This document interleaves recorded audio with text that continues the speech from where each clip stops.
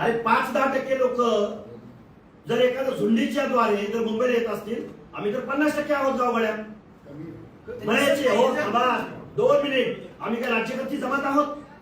आम्हाला आमदार खासदारांचा सपोर्ट आहे. अरे 50% ओबीसी जर एकत्रित झाला काय होईल तुमचं?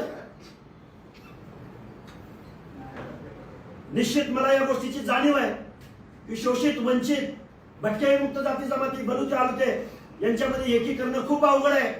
म्हणून तुम्ही त्यांचं आरक्षण संपवायला चाललाय. म्हणजे आम्ही बोलायला लागलो की आमच्या शब्दाला वाईच नाही. आणि कोण झुंडीद्वारे तिथे येत आहे, बेकायदा मागणी करत आहे. या बेकायदा मागणी करणाऱ्या लोकांना माझं सांगणं आहे, मुख्यमंत्री महोदयांनी नेहमी सांगितलंय, एकनाथराव शिंदे साहेबांनी नेहमी सांगितलंय की आम्ही 10% एससीबीसीचं आरक्षण दिलंय.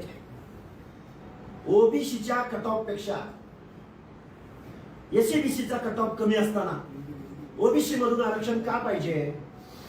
म्हणजे ओबीसीचं आरक्षण संपवणे हा एक कलमी आणि एकमेव कार्यक्रम आहे.